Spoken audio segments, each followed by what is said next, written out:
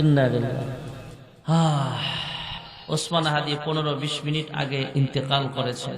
ইন্না লিল্লাহি ওয়া ইন্না ইলাইহি রাজিউন। আল্লাহ তাআলা ওসমান হাদীকে যেন জান্নাতের উঁচু মাকাম দান করে, সকলে বলে আমিন।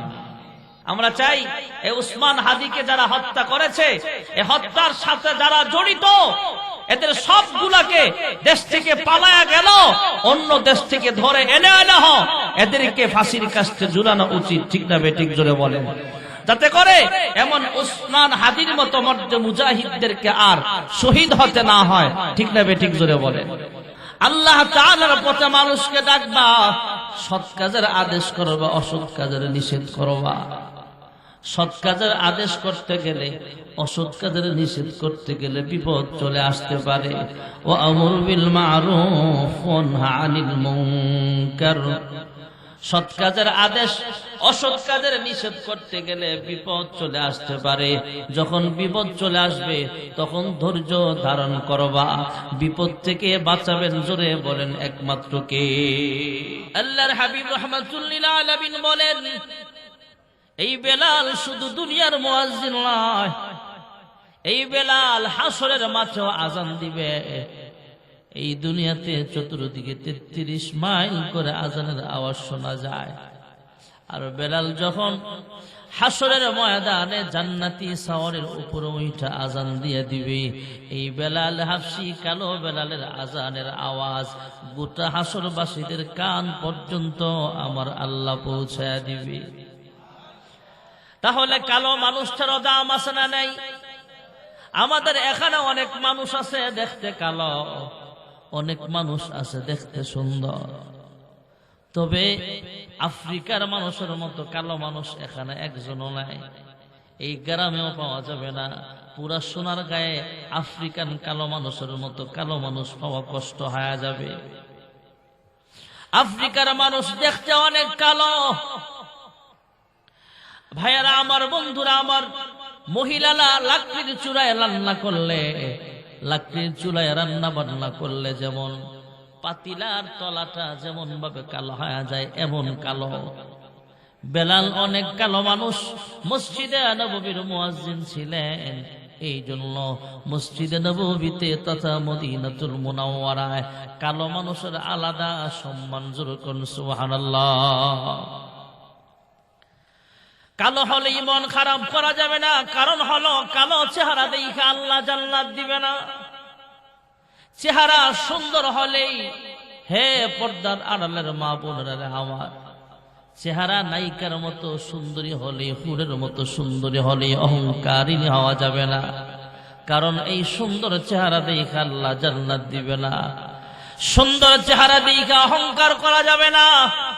এই জন্য আল্লাহর হাবিব আমাদেরকে দোয়া শিক্ষা দিয়েছেন, আয়নার সামনে দাঁড়ায় যখন নিজের চেহারার দিকে নিজে তাকাবো আয়নার ভিতরে, তখন দোয়া শিক্ষা দিয়েছেন, আল্লাহুম্মা হাসসানতা খালকি ফাহাসসিন খুলুকি। আল্লাহুম্মা হাসসানতা খালকি ফাহাসসিন খুলুকি। আয় আল্লাহ, আয়নায় চেহারাটা দেখলাম, তুমি আল্লাহ কত সুন্দর করে আমার চেহারাটা বানাইছো। সুবহানাল্লাহ। আল্লাহ রাব্বুল আলামিন বড় আদর কইরা যত্ন কইরা আমাদের চেহারাটা বানিয়েছেন। আল্লাহ হুকুম করেছেন ফেরেশতাদেরকে, হ্যাঁ ফেরেশতারা তোমরা আদমের বডি বানাও। ফেরেশতারা জিজ্ঞেস করছেন, হ্যাঁ মালিক কেমনে বানাইলে আপনি খুশি হবেন? আল্লাহ রাব্বুল আলামিন নিজে হলেন চিফ ইঞ্জিনিয়ার। আল্লাহ বাতায় দিলেন, এইভাবে এইভাবে আদমের বডিটা বানাও। আয় আল্লাহ, দুইটা হাত কেমনে বানাইলে খুশি হবেন?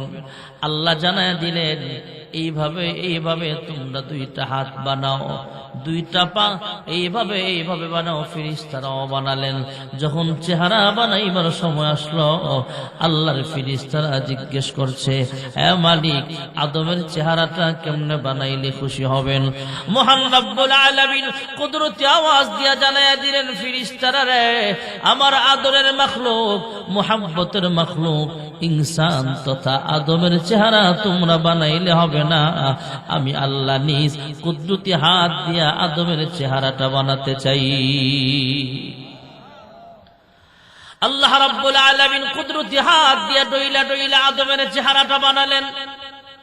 এবার সূরা ৩ এর মধ্যে আল্লাহ চারটা কসম খেয়েছেন, ওয়াত-তিন ওয়াজ-জাইতুন ওয়া তুরি সিনিন ওয়া হাযাল বালাদিল আমিন।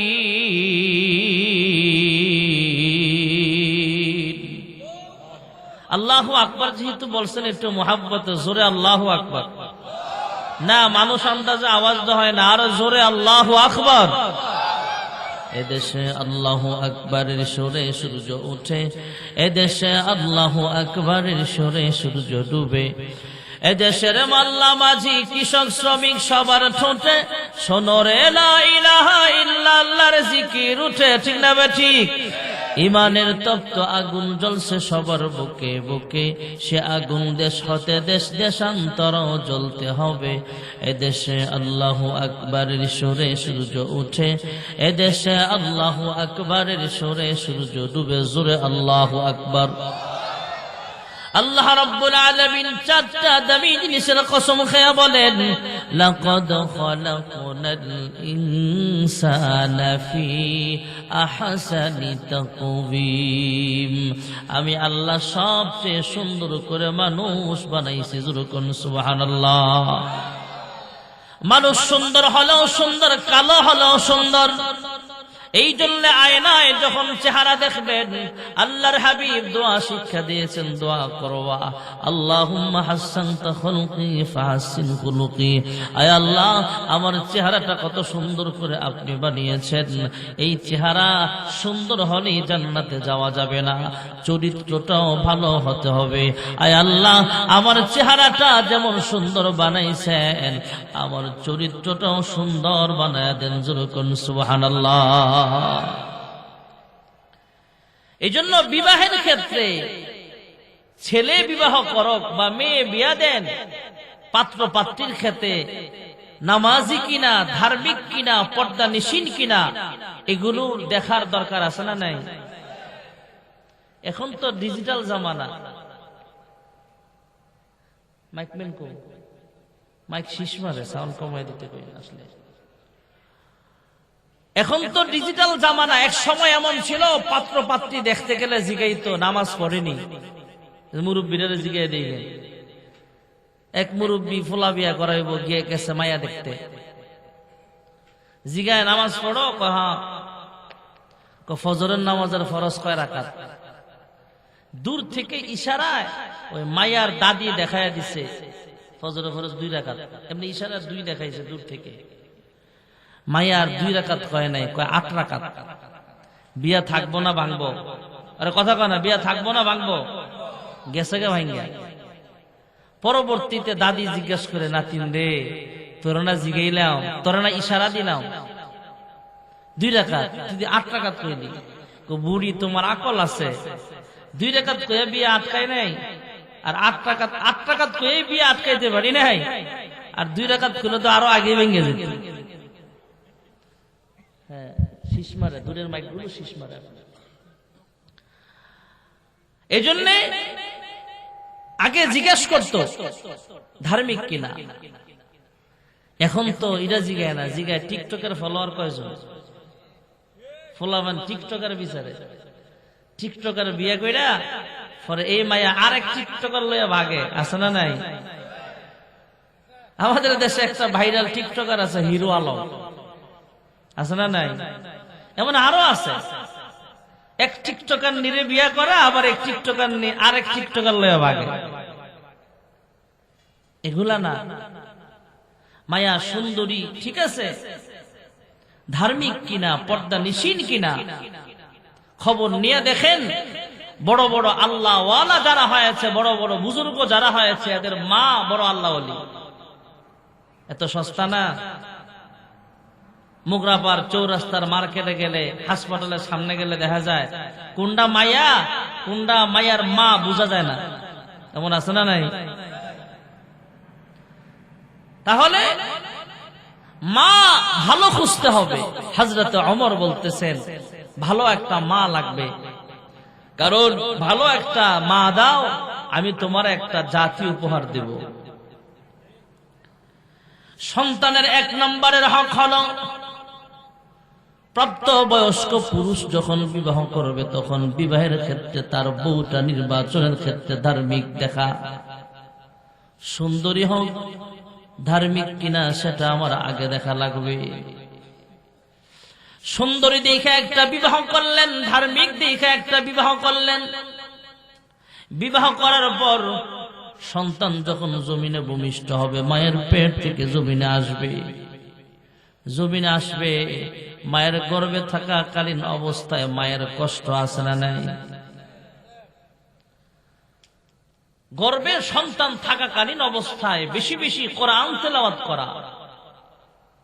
আর আমাদের মহিলারা গর্ভে সন্তান থাকা অবস্থায় টেলিভিশনের সিরিয়াল দেখতে ব্যস্ত, সারাদিন ইউটিউব টিকটক নিয়ে ব্যস্ত, কোরআন তো দূরের কথা, নামাজও পড়ে না। সন্তান যখন গর্ভে থাকবে, সন্তান গর্ভে থাকাকালীন অবস্থায় নামাজ রোজা ঠিক মতো আদায় করা, কোরআন তেলাওয়াত করা, বেশি বেশি দুরূদ শরীফ ইস্তিগফার পাঠ করা। আয় আল্লাহ, তুমি যেমন আমার পেটে একটা সন্তান দিয়েছ, এই সন্তানটা যাতে নেক সন্তান হয়। রব্বি হাবলি মিনাস সালিহিন। সন্তানের হক, পাত্রী ভালো কিনা সেটা তালাশ করা। মায়ের গর্ভে সন্তান থাকাকালীন অবস্থায় মা ভালো আমল করা, নেককার সন্তান পেতে হলে। সন্তান যখন ভূমিষ্ঠ হবে, ভাইয়ারা আমার, ছেলে হোক মেয়ে হোক, ডান কানে আজান বাম কানে একামত দেওয়া, এটা সন্তানের হক। ডান কানে আজানের শব্দগুলো শোনায়া দেওয়া, বাম কানে একামতের শব্দগুলো শোনায়া দেওয়া। ছেলে হোক বা মেয়ে হোক, দুজনের ক্ষেত্রে এই আমলটা করা সুন্নত।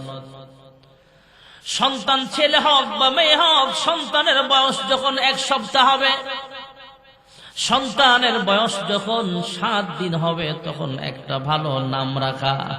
ভালো ভালো নাম, সুন্দর সুন্দর কত নাম আছে। আপনি নাম রাখেন আব্দুর রহমান, সুন্দর একটা নাম। আব্দুল করিম, আব্দুল জব্বার, আব্দুল বাতেন, আব্দুল আলিম, আরো অনেক সুন্দর সুন্দর নাম আছে। এই নামগুলো রাখেন, এটা সন্তানের হক। জোরে করুন সুবহানাল্লাহ। আলহামদুলিল্লাহ, এখন অনেকেই সচেতন, সন্তানের নাম ভালো ভালো নাম রাখে। ধার্মিক নাম কোরআন শরীফে থাকলেই রাখা যাবে না। কোরআন শরীফে তো ফেরাউনের নামও আছে। ফেরাউনের নাম কোরআনে আছে না নাই? এই জন্য কি কোরআনে আছে বিদায়ী নাম রাখা যাবে না। আলেমদের কাছ থেকে জিজ্ঞেস করবেন, হুজুর এই নামের অর্থটা কি? এই নামটা ভালো না এর চেয়ে ভালো নাম আছে? জিজ্ঞেস করে নাম রাখবেন। এক মুসল্লি তার ফোলার নাম রাখছে তুকাজ জীবান। ইমাম সাহেবের কাছে জিজ্ঞে, হুজুর আমার ফোলার নামটা সুন্দর না? কোন হিসাবে রাখছেন? তুকাজ জীবান আল্লাহর বড় পছন্দের নাম। কেমনে বুঝলেন? আল্লাহ সূরাতুর রহমানে বারবার বলেছেন, ফাবিআইয়ি আলাই রাব্বিকুমা তুকাযযিবান। আল্লাহ বারবার যেহেতু তুকাযযিবান কইছে, তা আল্লাহর খুব পছন্দের, এর লাগি ফুলার নাম রেখে লেছি তুকাযযিবান। জিজ্ঞেস করে রাখবেন, তুকাযযিবান রাখা যাবে না। হ্যাঁ, ভালো নাম মিলায়া রাখতে পারেন। ছেলের নাম আব্দুর রহমান, মিলায়া রাখবেন। তা আব্দুল দিয়ে আব্দুল কাদের রাখেন, আব্দুল জব্বার রাখেন। মার নাম আয়েশা, তো সরায়া বা আলিফ দিয়া মেয়ের নাম রাখতে চায়, রাখেন, আরিফা রাখেন। হ্যাঁ, আরো অনেক আছে। এভাবে মিলে রাখতে গেলেও আলেমদের কাছ থেকে অর্থ জিজ্ঞাসা করে রাখবেন। ভালো নাম রাখা এটা সন্তানের হক। জোরে কোন সুবহানাল্লাহ। হযরত ওমর ইবনুল খাত্তাব রাদিয়াল্লাহু তাআলা আনহু আরো জানায়া দিলেন, আসামির কাজ করায় দাঁড়ানো ছেলেটা বারবার জিজ্ঞেস করছেন, হে ওমর ইবনুল খাত্তাব, সন্তানের আর কি হক আছে বলেন? ওই সন্তান যখন আস্তে আস্তে বড় হয়, কথাবার্তা শিখে, এই কথাবার্তা যখন বলতে পারে তখন প্রথমেই আল্লাহর নাম শিক্ষা দেওয়া, কালেমা শিক্ষা দেওয়া, আল্লাহর জিকির শিক্ষা দেওয়া, নবীর দুরূদ শিক্ষা দেওয়া। জোরে কোন সুবহানাল্লাহ। আমরা পোলাপানকে শিখাই, মেহমান আসলেও মেহমান যাওয়ার সময় বাচ্চারা টাটা দেয়। টাটা টাটা, টাটার অভ্যাস আছে না নাই? বাই, টাটা, হাই, এগুলা শিক্ষা না দিয়া সন্তানকে শিক্ষা দেওয়া, সালাম শিক্ষা দেওয়া, আসসালামু আলাইকুম। সে দেখবেন আসসালামু আলাইকুম বলতে পারবে না, সে কবে আসসালাম আলাইকা। আসসালাম, ছোট মানুষ তো যতটুকু সে বলতে পারে সালাম, মানে তাকে কথা বলতে পারে যখন তখন tata, bye bye, high high, এগুলা শিক্ষা না দিয়া সালাম শিক্ষা দেন। এগুলা সন্তানের হক। আমরা তো এই হক বাদ দিয়া পোলাপাইনে এখন গেমস দিয়া বসায় থুইয়া দেয়, টিকটক দিয়া বসায় থুইয়া দেয়। সন্তানকে যদি মোবাইলের ষড়যন্ত্র থেকে বাঁচাতে চান, মোবাইলের ফিতনা থেকে বাঁচাতে চান, আগে সন্তানের মারে বাঁচাতে হবে। সন্তানের মায়ের হাতে স্ক্রিন টাচ মোবাইলটা দেওয়া যাবে না, প্রয়োজনের খাতিরে আপনি রাখতে পারেন। এখন আপনি প্রশ্ন করবেন, হুজুর আপনার বউর হাতে নাই? না, আল্লাহ তাআলা এখনো পর্যন্ত আমার বিবিরে হেফাজত রাখছেন। শুধু আমার ধমকে, আমার পরিচালনার ক্ষেত্রে আমি এইভাবে পরিচালনা করি ফ্যামিলিটাকে, যে টাচ মোবাইল ইউজ করা যাবে না, বাটন মোবাইল। প্রয়োজনের খাতিরে আমরা ব্যবহার করি, বাটন মোবাইল আমারও আছে একটা। টাচ মোবাইল আমরা ব্যবহার করি বয়ানের খাতিরে করা লাগে, কিন্তু তোমার কি দরকার? এজন্য এটা নিজের পরিবারের গোপন কথা আপনাদেরকে জানানো উদ্দেশ্য ছিল না, তারপরেও বললাম, আপনাদের মনে কষ্ট জাগতে পারে যে হুজুর আপনি কি বললেন, বউর হাতে আবার টাচ মোবাইল না দিয়ে কেমনে রাখবো? রাখা যায় এখনো। যদি রাখতে পারেন সন্তানকে বাঁচাতে পারবেন মোবাইলের চক্রান্ত থেকে। গ্রামের খবর আমার কাছে কম, শহরে ঢাকাতে অনেক পোলাপান মানসিক রোগী শুধু মোবাইলের কারণে। আপনি মেন্টাল হসপিটালে যায় দেখবেন অনেক রোগী কি স্ক্রিন টাচ মোবাইলটা হাত থেকে নিলেই সে অজ্ঞান হয়ে যায়। মোবাইলটা নিলেই তাকে 1 ঘন্টা 2 ঘন্টাও রাখা যায় না। সে মোবাইলের সাথে এত তার কানেক্ট হয়ে গেছে, সে মোবাইল ছাড়া বাঁচবে না। মোবাইলটা নিতে গেলে আত্মহত্যা করতে যায়। এমন কাহিনী শুনছেন না আপনারা? এই মোবাইলের ভাইরাস থেকে বাঁচাতে হবে। সন্তানকে আস্তে আস্তে যখন বড় হবে, সন্তানকে এগুলো শিক্ষা দেওয়া। যদি কোনো ফ্যামিলি মেম্বারদেরকে বলি আপনারা মোবাইল থেকে বাচ্চাদের দূরে রাখবেন, হুজুর মোবাইল না দিলে খায় না। একবার খায় নাই, আরেকবার খাবে, আরেকবার না খায় আরেকবার খাবে। এই জন্য সন্তানকে গুনাহ থেকে হেফাজত করা। সন্তান যখন দেখবে মা নামাজে দাঁড়ায় গেছে, ছোট বাচ্চাটাও সন্তান, ছোট শিশু বাচ্চাটা কথা বলতে পারে না, মায়ের পাশে দাঁড়ায় আসেও নামাজে দাঁড়ায় যায়, বাবার সাথে মসজিদে যায়, ছোট বাচ্চাটা কথা বলতে পারে না। বাবা নামাজে দাঁড়ায়, মা নামাজে দাঁড়ায়, সন্তান ঠোঁট লড়ায়, মাও ঠোঁট লড়ায়, সন্তানও ঠোঁট লড়ায়। বাবা বা মা সন্তান সামনে আছে, সন্তানের সামনে নামাজ পড়তেছে, রুকুতে যায়, সেজদায় যায়, সন্তানটা সেজদা বুঝে না, রুকু বুঝে না, কোন রকম সেজদার মতো অভিনয় কইরা মায়ের দিক তাকায় তাকায় সেও ঠোঁট লড়ায়। আল্লাহ কুদরতে আওয়াজ দিয়া কয়, ফেরেশতারা রে, মা আর বাবা সেজদায় যায় সুবহান রাব্বিয়াল আলা বলতেছে, এদের নামাজ কবুল হোক বা না হোক, এই সন্তানের নামাজটা কবুল করিয়া নাও। মা বাবার আমল নামায় কবুল নামাজের সওয়াব তোমরা লিখিয়া দাও। সন্তান মানুষ করতে চাইলে সন্তানের সামনে গুনাহ করা যাবে না, সন্তানকে গুনাহ করতে দেওয়া যাবে না। ভাইয়েরা আমার, বন্ধুরা আমার, সন্তান যখন আরো বড় হবে, সন্তানকে দ্বীন ইলম শিক্ষা দেওয়া, কোরআন কিতাব শিক্ষা দেওয়া, এটা সন্তানের হক। হযরতে ওমর ইবনুল খাত্তাব রাদিয়াল্লাহু তাআলা আনহু, তিনি আসামির কাঠ করায় যে দাঁড়িয়ে আছে, ছেলেটা তাকে সম্বোধন করে বলে, এই কয়টা সন্তানের হক, পিতা মাতার যেমন হক আছে, সন্তানের হক আছে। এবার আসামির কাজ করায় দাঁড়ায় ছেলেটা বাবার বিরুদ্ধে বলতেছে, হ্যাঁ খলিফাতুল মুসলিমিন ওমর, আমার মা ভালো না, দুশ্চরিত্র একজন মহিলা। আমার আব্বা বিবাহ করার সময় ধার্মিক দিকে বিবাহ করতে পারে নাই। আমি সন্তান হিসাবে ভালো একটা মা পাওনা ছিলাম, এই হকটা পূরণ করতে পারে নাই। আমি যখন জন্মগ্রহণ করলাম, আমার ডান কানে আজান, বাম কানে ইকামত দেওয়া হয় নাই। আমার একটা ভালো নামও রাখে নাই, আমাকে দ্বীন ইলম শিক্ষা দেয় নাই। আমার একটা হক আমার আব্বা আম্মা আদায় করে নাই।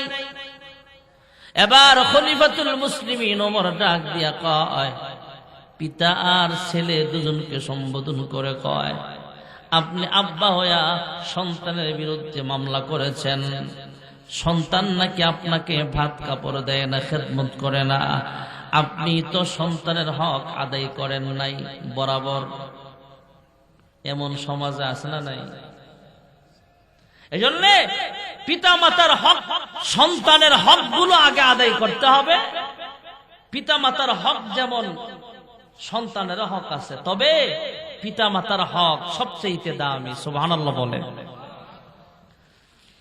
সন্তান বড় হওয়ার পরও সন্তানকে নসিহত করা লাগবে। হযরতে লুকমান হাকিম আলাইহিস সালাতু ওয়াস সালাম নবী ছিলেন না, তবে একজন দামি মানুষ ছিলেন, দামি আলেম ছিলেন, দামি বক্তা ছিলেন। উনি যখন বয়ান করতেন, হাজার হাজার মানুষ চাতক পাখির মতো সামনে বসে বয়ান শুনতেন। বড় একজন আলেম, বড় একজন অভিজ্ঞ মানুষ ছিলেন, হাকিম ছিলেন। লুকমান হাকিমের কাছে মানুষ যায় বিভিন্ন পরামর্শ চাইতেন। শারীরিক কোনো অসুবিধা হলো ওনার কাছে যাইতেন, অথবা আর্থিক, সাংসারিক, সামাজিক কোনো সমস্যার কারণে ওনার কাছে যাইতেন। আমরা তো শুধু মানুষের সামনে বয়ান করি, আমরা তো ঘরের মধ্যে যে আমার সন্তানদেরকে নসিহত করতে চাই না। আমরা শুধু নামাজ পড়িনি যে মসজিদে যায় ইমামের পিছনে নামাজ পড়লাম, বাড়ির মহিলাদেরকে নামাজের কথা বলি না। আমি তো মসজিদে যায় নামাজ পড়ি, যাওয়ার সময় আমার ছেলের সঙ্গে দেখা রাস্তায় সন্তানকে কথা বলতে চাই না যে চলো মসজিদে নামাজে যাই। আমরা তো সন্তানকে নসিহত করতে চাই না। হযরতে লুকমান হাকিম ওনার সন্তানদেরকেও নসিহত করতেন। ঘরোয়া পরিবেশে ফ্যামিলির সদস্যদেরকে মাঝে মাঝে নসিহত করতেন। এক নম্বরের নসিহত, লা তুশরিক বিল্লাহ, হে সন্তান, আল্লাহ তাআলার সাথে তোমরা শরীক করিও না।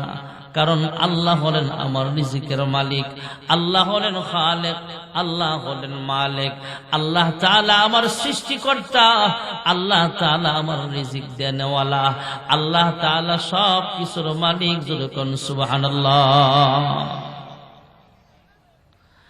আল্লাহ তাআলার সাথে শরীক করা যাবে না।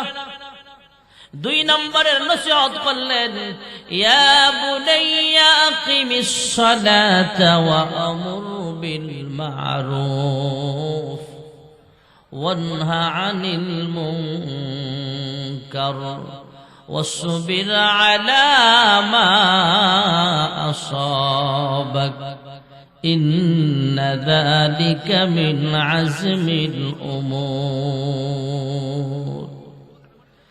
কয়েকটা নসিহতের প্রথম নসিহত হলো আল্লাহ তাআলার সাথে শরীক করা যাবে না। হে সন্তান, সব সময় আল্লাহর কুদরতি পায়ে সাজদা দিতে হবে। কোনো কিছু চাইলেও আল্লাহ তাআলার কাছে চাইতে হবে। আল্লাহ তাআলা এই কথাটা আমাদেরকে সূরাতুল ফাতিহার মাধ্যমে শিক্ষা দিয়েছেন, ইয়াকা না'বুদু ওয়া ইয়াকা নাস্তাঈন। আমরা ইবাদত করব আল্লাহর, সাহায্য চাইব জোরে বলেন কার কাছে? আমরা সন্তান চাইব কার কাছে? কথা কয় না, সন্তান দেওয়ার মালিক কে? আর জোরে বলেন কে? আমাদের তো মাথা খারাপ, আমরা জায়গা মতো না চায়া পীর বাবার কাছে যায় সন্তান চায়, আছে না নাই? একটা সন্তান দে রে বাবা, একটা সন্তান দে, নাউজুবিল্লাহ কর না। অনেক পীর বাবার তো নিজেরই ছেলে মেয়ে নাই, আপনারা কি দিবে? এই কথাটা একটু ঘুরায় বললেই তো হয়, একটা সন্তান দে রে আল্লাহ, একটা সন্তান দে, ঠিক না বেঠিক? হযরত ইব্রাহিম পয়গম্বর আলাইহিস সালাতু ওয়াস সালাম বৃদ্ধ বয়সে আল্লাহ তাআলার কাছে দোয়া করেছিলেন, রব্বি হাবলি মিনাস সালিহিন। আল্লাহ তাআলা ওনার দোয়া কবুল করেছেন, সন্তান দান করেছিলেন। আমরাও সন্তান চাইব, জোরে বলেন কার কাছে? কাহারো ছেলে আছে মেয়ে নাই, মেয়ে আছে ছেলে নাই, কাহারো ছেলে মেয়ে দুটোই আছে, আর কাহারো কোনো সন্তানই নাই। যার ছেলে আছে সে মেয়ের জন্য আল্লাহর কাছে দোয়া করে, আল্লাহ একটা নেক মেয়ে দান করো। আর একটা লোকের শুধু ছেলে আছে, মেয়ের জন্য দোয়া করে। আরেকজনের 5টা মেয়ে আছে, সে ছেলের জন্য দোয়া করে। আর যার ছেলে মেয়ে নাই সে দোয়া করে, আল্লাহ একটা ছেলে দাও বা মেয়ে দাও, একটা দিলেই হইল। রব্বি হাবলি মিনাস সালিহিন, নেককার সন্তান দাও, যখন সুবহানাল্লাহ। হযরত লুকমান হাকিম আলাইহিস সালাতু ওয়াস সালাম, ওনার কাছে মানুষ বিভিন্ন সমস্যা নিয়ে সামনে যায় পরামর্শ করতেন। একদিন একজন মুরব্বী আইসা সালাম দিয়া মুসাফা কইরা ওনার সামনে বসে আছে মন খারাপ করে। জিজ্ঞেস করলেন, চাচা কেন আসলেন, কোথায় আপনার বাড়ি? চাচা পরিচয় দিয়া বললেন, হ্যাঁ লুকমান হাকিম, আমাদের এলাকার চা স্টলে বৈশা ছিলাম, চা খাইতেছিলাম, আমার মনটা ভীষণ খারাপ। দেখা এলাকার মানুষ জিজ্ঞেস করলেন, তোমার মন খারাপ কেন? আমি জবাব দিলাম, আমাকে হাসপাতাল থেকে নাম কাইটা বের করে দিয়েছেন। আমি একটা মুমূর্ষ রোগী, আমার পেটে ব্যথা, আমার বুকে ব্যথা, আমি ক্যান্সারের রোগী। হাসপাতাল থেকে আমার নাম কাইটা রিলিজ দিয়ে দিছে, বাড়ি চলে আসার জন্য বলেছেন। আমাকে না শোনায় হলেও আমার সন্তানদেরকে বলেছেন, তোমার আব্বা এমন অসুস্থ, উনি আর ফিরে আসবে না পৃথিবীতে, তথা না ফেরার দেশে চলে যাবে, কবরের বাসিন্দা হয়ে যাবে। সর্বোচ্চ 1 থেকে 1.5 মাস ওনার সময় আছে, এরপরই তিনি মারা যাবে। ওনার যে রোগ আছে, অসুস্থতা আছে, এটা সুস্থ করতে পারবেন না। আন্তর্জাতিক মানের ডাক্তার দিয়েও চিকিৎসা করায় আমরা দেখেছি কোনো ফায়দা হয় নাই। বাড়ি নিয়ে যান, হাসপাতালে রেখে কোনো লাভ হবে না। ভালো মন্দ কিছু খাইতে চাইলে খাওয়ায়া দেন, 1-1.5 মাসের ভিতরে তিনি কবরের বাসিন্দা হয়ে যাবে। আল্লাহর বান্দা লুকমান হাকিমকে শোনাচ্ছেন, হ্যাঁ লুকমান হাকিম, আমি যখন চাইস চলে বইসা অন্য লোকদের কাছে আমার বিস্তারিত ঘটনা শুনাইলাম, এলাকার মানুষগুলো আমাকে একটা পরামর্শ দিল, হাসপাতালে তোমার চিকিৎসা হয় নাই তো কি হয়েছে, এখনো লুকমান হাকিম জিন্দা আছেন, লুকমান হাকিমের কাছে তুমি যা দেখতে পারো। তাই আপনার কাছে আসলাম, আমার এই রোগ আছে, এই অসুবিধা আছে, আপনার সাথে পরামর্শ করতে আসলাম, জানতে আসলাম, হ্যাঁ লুকমান হাকিম, আপনার কাছে কোনো ঔষধ আছে কিনা? জোরে কোন সুবহানাল্লাহ। হযরত লুকমান হাকিম এই মুরব্বির মাথা থেকে পা পর্যন্ত একটু চোখ ঘুরাইলেন, ঘুরায়া বলেন, ভাইবা চিন্তা ডাক দিয়া কয়, হ্যাঁ চাচা, আপনার শরীরে যে রোগ বাসা বেঁধেছে, হাসপাতাল থেকে আপনাকে রিলিজ করে বের করে দেওয়া হয়েছে, আপনি মারা যাবেন।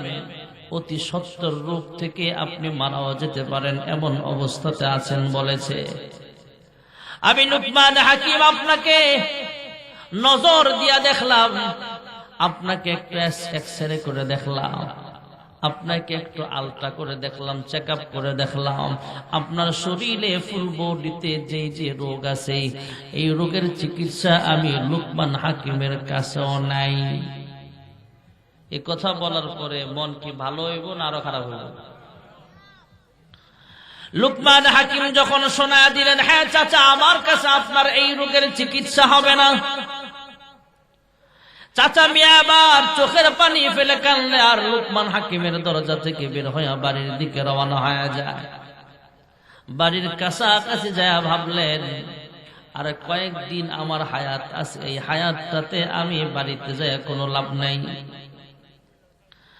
আমাদের গ্রামের বড় কবরস্থান আছে, সেই কবরস্থানের গাছের নিচে আমি সময় কাটায়া দেব। যেহেতু ইন্তেকালের পরে আমাকে কবরস্থানে নিয়ে আসা হবে, এই কয়েকদিনের জন্য আর বাড়িতে যাইতে চাই না, আমি কবরস্থানে আমার জিন্দেগিটা কাটায়া দেব, বাকি সময়টা, বাকি কয়েকটা দিন।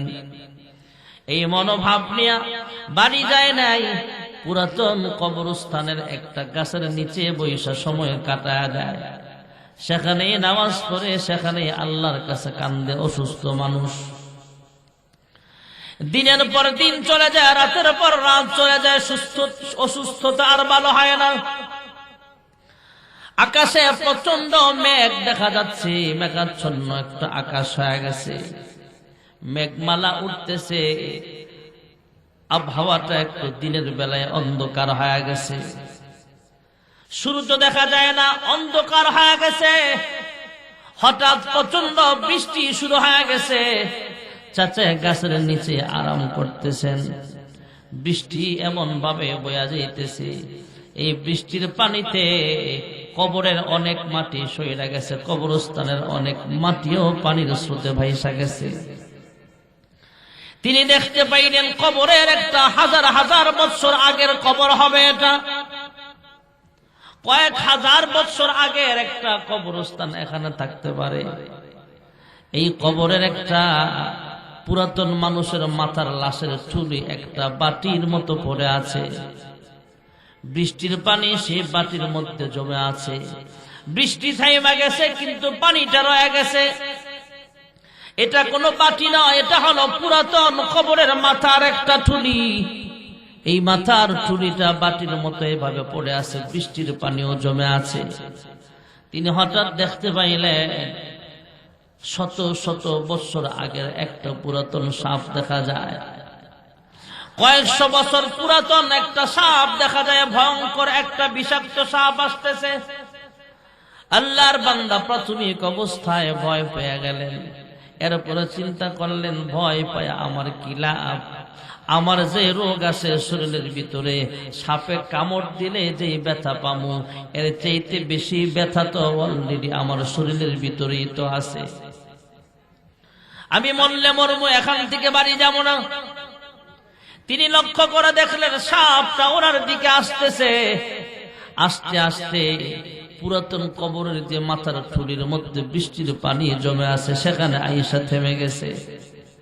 ওখান থেকে পরিমাণ মতো একটু পানি সাপ পান করেছে, পান করার পর একটু বিষ সেখানে সারছে।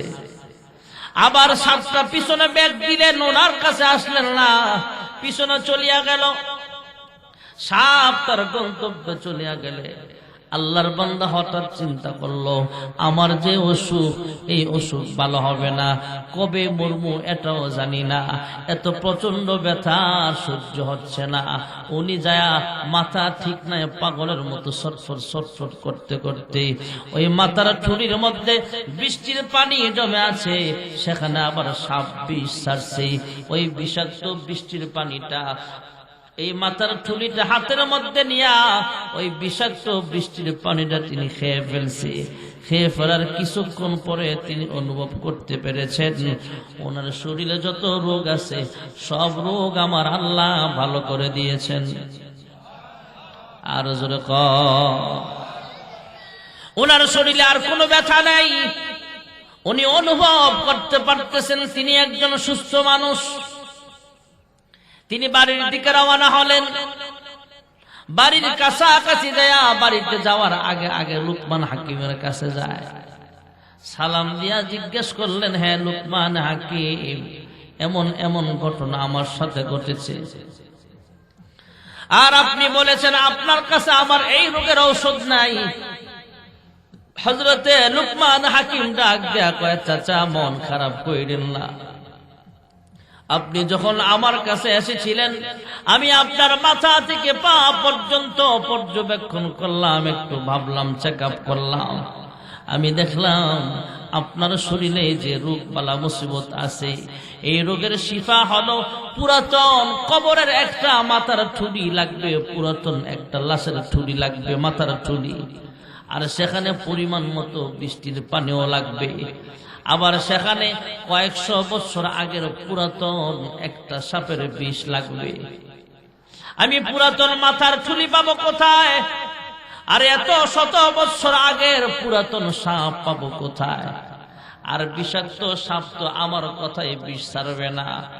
আপনার বৃষ্টির পানির মধ্যে যদি পরিমাণ মতো বিষ না হয়, বেশি বিষ ছাড়লে তো আপনি মারা যাবেন, কম বিষ ছাড়লে আপনার রোগ ভালো হবে না। পরিমাণ মতো বিষ ছাড়ার কথা তো আমি সাপকে বলতে পারবো না। সাপ তো আমার গোলাম না, সাপ তো আমার কথা শুনবে না, সাপ আমি পাবো কোথায়? এই জন্য বলেছিলাম আপনার যে রোগ, এই রোগের ঔষধ আমি লুকমান হাকিমের কাছে নাই, আপনি সুস্থ হবেন না, আপনার কোনো ঔষধ নাই, এই কথা তো আমি বলি নাই। আপনাকে যখন বলেছিলাম এই রোগের ঔষধ আমি লুকমানের কাছে নাই, আপনি তো আমার কাছ থেকে চলে গেলেন। আপনি তো বললেন পুরাতন কবরের দিন কাটাচ্ছিলেন, হঠাৎ সাপ আসছে, আবার বৃষ্টি পানি জমে গেছে, পুরাতন কবরের মাথার ঠুলিও সেখানে ছিল।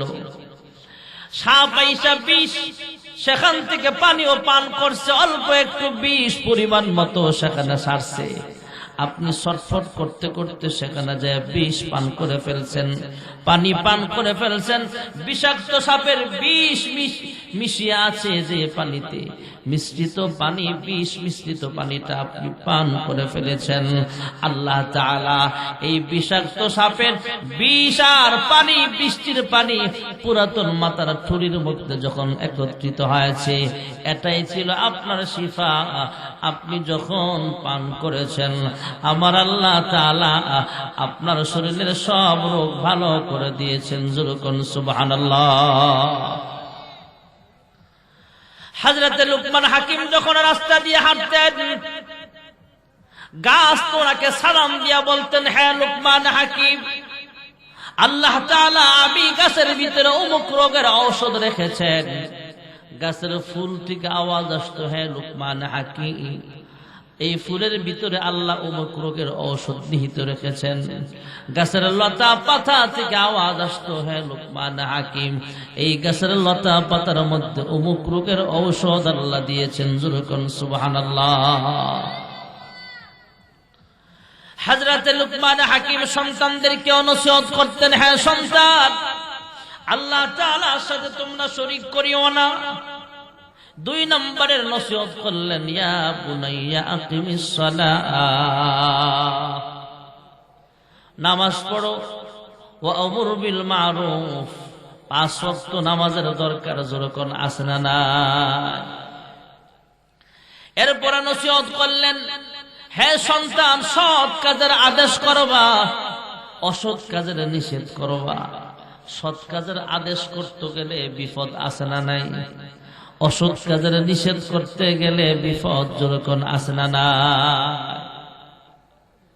সৎ কাজের আদেশ করতে গেলেও বিপদ আছে, তবে এর চাইতে ভয়ঙ্কর বিপদ হলো অসৎ কাজের নিষেধ করতে গেলে।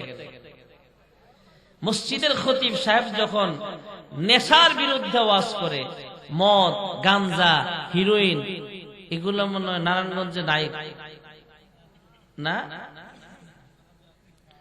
এগুলা যারা খায়, ইমাম সাহেব যখন মদের বিরুদ্ধে কথা বলে, জুয়ার বিরুদ্ধে কথা বলে, গাঞ্জা খাওয়া গাঞ্জাখোরদের বিরুদ্ধে কথা বলে, তখন এরা ইমাম সাহেবের বিরুদ্ধে ষড়যন্ত্র করে। বিপদ আছে না নাই? ইহা দুঃখে গত 16-17 বছর দেখেছি, এখনো কোন জায়গায় দেখছি যদি দুর্নীতির বিরুদ্ধে ওলামায়ে কেরাম বয়ান করে, কিছু দুর্নীতিবাজরা এখনো আলেম ওলামাদের বিরুদ্ধে অবস্থান নেয়। আছে না নাই? শুক্রবার জুতা ধরে ধরা খায়, গণধোলাই করি। আর আমাদের দেশে অনেক শিক্ষিত চোর আছে, যেই চোরেরা এসি রুমের ভিতরে বৈশা বৈশা কলমের খোঁচায় জনগণের রক্ত আর ঘামের পয়সা চুরি করে। আছে না নাই? দুর্নীতির আখড়ায় বসে জাহির করে জ্ঞান, দুর্নীতির আখড়ায় বসে জাহির করে জ্ঞান, কলম দিয়ে কামায় টাকা আবার ধরে সাধুর ভান। ওরা শিক্ষিত শয়তান, ওরা শিক্ষিত শয়তান। ঠিক না বেঠি? অসৎ কাজের নিষেধ করতে গেলে বিপদ আছে। গত 16-17 বছরে আল্লামা জুনায়েদ বাবুনগরী রহমতুল্লাহ আলাইহি সহ, আল্লামা দেলোয়ার হোসেন সাইদি রহমতুল্লাহ আলাইহি সহ, আল্লামা মামুনুল হক হাফিজাহুল্লাহ, রফিকুল ইসলাম মাদানী, মুফতি আমির হামজা, মুফতি জসিমউদ্দিন রহমানী সাহেব সহ আমাদের দেশের অনেক মসজিদের ইমাম, অনেক মসজিদের খতিব, অনেক সুনামধন্য আলেম দ্বীন বছরের পর বছর জালেমের কয়েদখানায় বন্দী ছিলেন শুধু অসৎ কাজের নিষেধ করার কারণে। ঠিক না বেঠি? গত শুক্রবারও যেই ছেলেটাকে গুলি করা হয়েছে ঢাকা রাজধানীতে, প্রকাশ্য দিবালোকে যাকে গুলি করা হয়েছিল, সেই ওসমান হাদি আজকে মারা গেছে শুনলাম কিছুক্ষণ আগে। এই ওসমান হাদিও অসৎ কাজের নিষেধের ব্যাপারে খুব সোচ্চার ছিল, দুর্নীতির বিরুদ্ধে কথা বলতো। এর ইন্তেকালের গত শুক্রবারের আগেও সে সাংবাদিকদের বিভিন্ন প্রশ্নের জবাবে বলেছিল, আমি সৎ কাজের আদেশ, হক কথা বলার কারণে আমার মাথায় গুলি আসতে পারে, আমার মৃত্যু চলে আসতে পারে, আর আমি যদি হক কথা বলি আর আমি শহীদ হয়ে যায়, আল্লাহ তো আমাকে জান্নাত দিবে। সুবহানাল্লাহ বলে। এই ওসমান হাদির জন্য শুধু বাঙালি নয়, বাংলাদেশের মানুষ নয়, দেশ বিদেশের অনেক কোটি কোটি মানুষ কেঁদেছেন। আপনারা দেখেছেন, ভিডিও ফুটেজ দেখেছেন, ছবি দেখেছেন, ফেসবুকে অনলাইনে আপনারা অনেকেই দেখেছেন, আমরাও দেখেছি। সুনামধন্য ওলামায়ে কেরাম তাকে দেখতে হসপিটালে ভিড় জমিয়েছিলেন। আল্লামা মামুনুল হক সাহেব সহ অনেক ওলামায়ে কেরাম দেখতে তাকে হসপিটালে গিয়েছিলেন। আমাদের হাসানাত আব্দুল্লাহ ভাই সহ, সার্জিস আলম সহ অনেক মানুষ সেখানে তার জন্য চোখের পানি ফেলেছেন, কেঁদেছেন। আমরাও আল্লাহর কাছে কেঁদে কেঁদে দোয়া করেছিলাম, সে তো শহীদ হয়ে গেছে, আমাদের জন্য কি শিক্ষা যে মরণ চলে আসুক তাও হক কথা বলা লাগবে। আরেকটা শিক্ষা হলো, আমার দেশে 1 বছর 2 বছর হয়ে যাইতেছে 5ই আগস্টের পুনরায় আমাদের দেশটা স্বাধীন হলো, ফ্যাসিস্ট সন্ত্রাসী মুক্ত হলো আমাদের দেশটা। আবারও এই সন্ত্রাসী কার্যক্রম যারা চালাচ্ছে তাদের বিরুদ্ধে অবশ্যই প্রশাসনিক আইন সহ দেশের সব নাগরিকদের সোচ্চার থাকা প্রয়োজন। ঠিক না বেঠিক? জোরে বলে। আমরা চাই এই ওসমান হাদিকে যারা হত্যা করেছে, এই হত্যার সাথে যারা জড়িত, এদের সবগুলাকে দেশ থেকে পালায়া গেল অন্য দেশ থেকে ধরে এনে এদেরকে ফাঁসির কাস্টে ঝুলানো উচিত। ঠিক না বেঠিক? জোরে বলেন। যাতে করে এমন ওসমান হাদির মতো মর্দে মুজাহিদদেরকে আর শহীদ হতে না হয়। ঠিক না বেঠিক? জোরে বলেন। এই জন্যই লুকমান হাকিম তার সন্তানকে বলতেছেন, হ্যাঁ সন্তান, আল্লাহ তাআলার পথে মানুষকে ডাকবা, সৎ কাজের আদেশ করবা, অসৎ কাজের নিষেধ করবা। সৎ কাজের আদেশ করতে গেলে, অসৎ কাজের নিষেধ করতে গেলে বিপদ চলে আসতে পারে। ওয়া আমরু বিল মারুফ ওয়া নাহি আনিল মুনকার। সৎ কাজের আদেশ, অসৎ কাজের নিষেধ করতে গেলে বিপদ চলে আসতে পারে। যখন বিপদ চলে আসবে তখন ধৈর্য ধারণ করবা। বিপদ থেকে বাঁচাবেন, জোরে বলেন একমাত্র কে? আজকের বয়ানের সারাংশ হলো, দোয়া হয়ে যাবে, কেউ উঠছেন না। মাহফিল 2 দিন ব্যাপী, আজকে বেশি রাত্র করব না। আজকের বয়ানের সারাংশ হলো পিতা মাতার হক আদায় করা জরুরি, আবার সন্তানের হক আছে না নাই?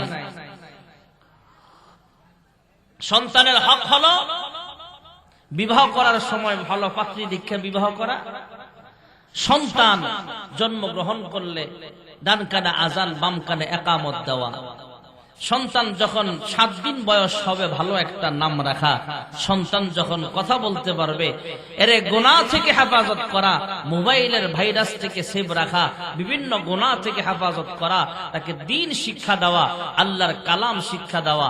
এমন সন্তানদেরকে দ্বীন শিক্ষা দেওয়ার জন্য দারুল উলুম ইসলামিয়া মাদ্রাসার মতো মাদ্রাসার দরকার আছে না নাই? আর সন্তান যখন বড় হয়ে যাবে সন্তানকে পিতা মাতাও মাঝে মাঝে নসিহত করা। আমরা তো সন্তানদেরকে নসিহত করতে চাই না, এই জন্য আল্লাহ রাব্বুল আলামিন লুকমান হাকিমের নামে আলাদা সূরা নাযিল করেছেন।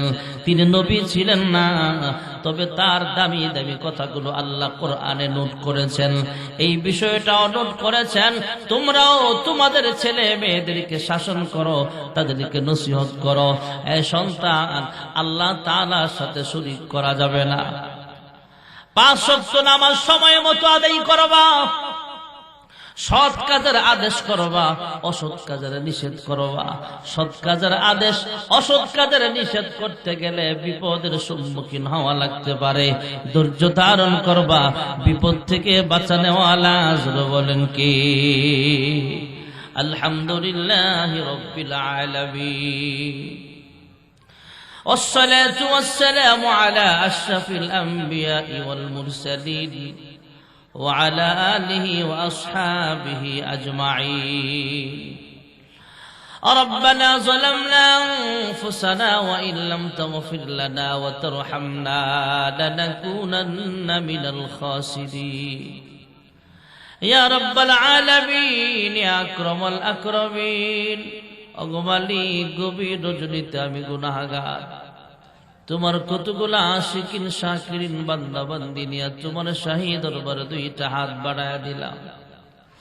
আয় আল্লাহ, মাহফিলের শুরু থেকে পর্যন্ত যা কিছু আলোচনা হয়েছে ভুল ভ্রান্তি মার্জনা করিয়ার হাদিয়া লক্ষ কোটি গুণে বাড়াইয়া বিশ্বনবী রওজা ছাড় সোনার মদিনায় সবুজ রঙের গম্বুজের নিচে পৌঁছা দাও।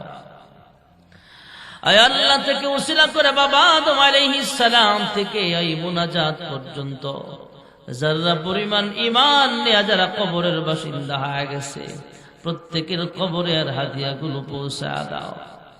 আয় আল্লাহ, খাস করে আমরা যারা হাত বাড়াইলাম জানি না কে জানি মা দুঃখিনী হারাইয়া, প্রাণের আব্বা যারা হারায়া এতিমের মতো হাত বাড়াইছে গো আল্লাহ, জানি না গো মালিক কার মা বাবার কবরে জাহান্নামের সাপ কামড়াইতেছে, জানি না গো আল্লাহ কার মা বাবার কবরে জাহান্নামের আগুন দাও দাও করে জ্বলতেছে। আয় আল্লাহ, তাদের পক্ষ থেকে মাফ চাই, ক্ষমা চাই। আজকের মাহফিলের উসিলায় তাদের কবরগুলো জান্নাতের বাগান বানায়া দাও। রব্বির হামহুমা কামা রব্বায়ানি সগীরা। আয় আল্লাহ, উসমান হাদি ভাই দুনিয়া থেকে বিদায় হয়ে গেল, কোটি কোটি মানুষ তার জন্য দোয়া করেছে। আয় আল্লাহ, উসমান হাদি ভাই আজকে বিদায় হয়ে গেল, ওনাকে জান্নাতের উঁচু মাকাম দান করে দিও। ওনাকে আমাদের দেশের যারা শহীদ হয়েছে 2013 সালে যারা শাপলা চত্বরে শহীদ হয়েছিল, 2024-এর আবু সাইদ মুগ্ধ সহ যারা দেশের জন্য লড়াই করে যুদ্ধ করে শাহাদাত বরণ করেছে এদের কাতারে আমাদের উসমান হাদি ভাইয়ের নামটা লিখা, ওনাকেও শহীদি মর্যাদায় জান্নাতের উঁচু মাকাম দান করিয়া দাও। আয় আল্লাহ, আমরা যারা হাত বাড়াইলাম আমাদের জিন্দেগীর সব গুনাহ খাতাগুলো মাফ করে দাও। আমরা গুনাহগার, তোমার নাম হলো গফফার। আমার মতো গুনাহগার আসমানের নিচে জমিনের উপরে আরেকজনও নাই। আমার গুনাহের খবর যদি আমার ছেলে জানতো আমার কোনোদিন আব্বা বলে ডাক দিত না। আমার গুনাহের খবর যদি আমার বিবি জানতো, আমার সাথে রাত্রি যাপন করতো না। আমার গুনাহের খবর যদি ইমাম সাহেব জানতো, কোনোদিন আমাকে মসজিদে ঢুকতে দিবে না। আয় আল্লাহ, আমাদের গুনাহগুলো যেমন গোপন রেখেছে গো মালিক, গোপনে গোপনে আমাদের সকলের জিন্দেগীর সব গুনাহ খাতাগুলো মাফ করিয়া দাও। আদর করিয়া মানুষ আল্লাহ বানায়া, কেমনে দিবা জাহান্নামে ফেলিয়া। গুনার বোঝা মাথায় লয়া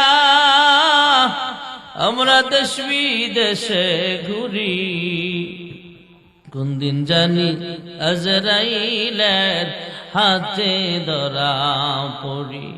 কবরেরই আযাব যদি মানুষ দেখিত,